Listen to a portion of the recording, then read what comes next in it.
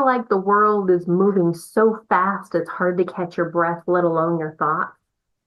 You open your phone and get pulled into a dozen narratives that have nothing to do with your life. You walk into a store and the music, the lights, and the marketing are all shouting for your attention.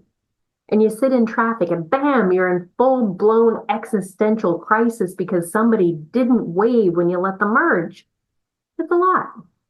And it's not your imagination. We are living in what many call an attention economy, where your awareness is being treated as a resource to be mined, which means if you want to stay conscious, you need to be intentional about it. Hi, I'm Dr. Heidi Heron, and today let's talk about how to stay conscious in an unconscious world. Because yes, it is noisy out there, but presence is still possible. Let's start with what we mean by unconscious. In this context, I'm not talking about being knocked out cold on an operating table. I mean automatic, habitual, reactive, disconnected. Think about how much of our daily life is run on autopilot. You wake up, you check your phone, you brush your teeth, you have coffee, and half the time you're not even really there. You're already in tomorrow or stuck in the past, thinking about last Tuesday. Your body's going through the motions, but your consciousness, that got left behind with your dreams. Now, neuroscience estimates that around 95% of our thoughts, emotions, and actions are driven by unconscious programs. That means only about 5% of what we're doing is coming from conscious choice. Let that sink in.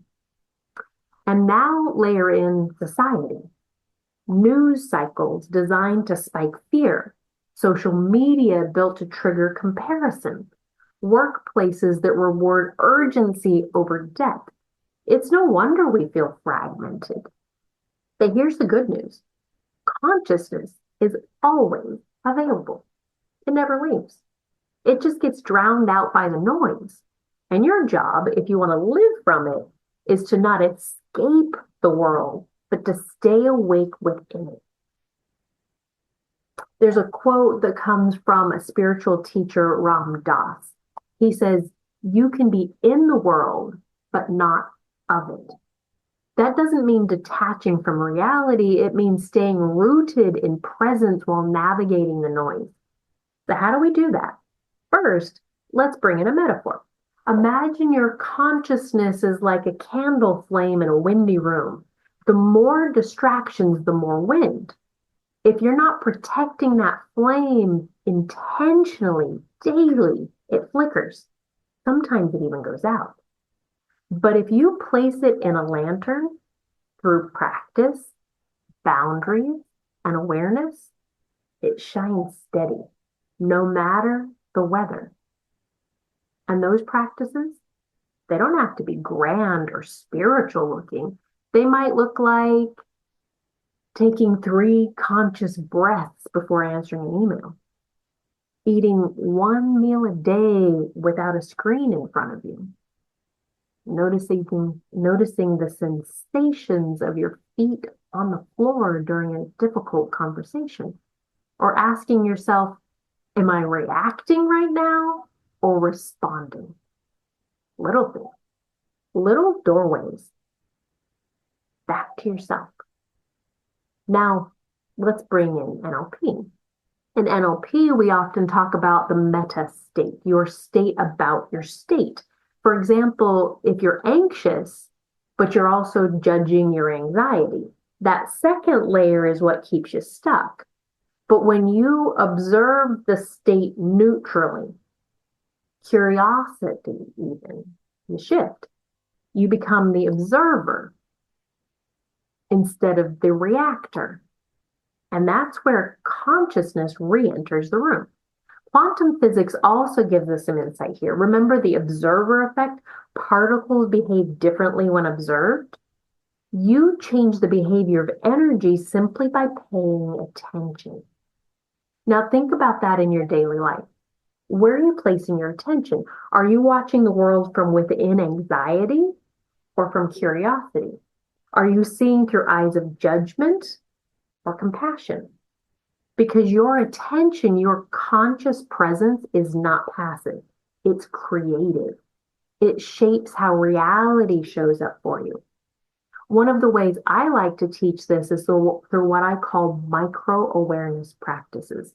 You don't need a weekend retreat or a 5 a.m. meditation club. You just need moments, 30 seconds of conscious breathing in the car, 1 minute of noticing what emotion is present before you open your laptop, asking yourself at random times, am I here now?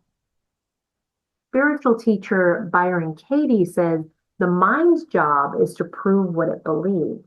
The heart's job is to return you to the present. So we have balance within the mind and the heart.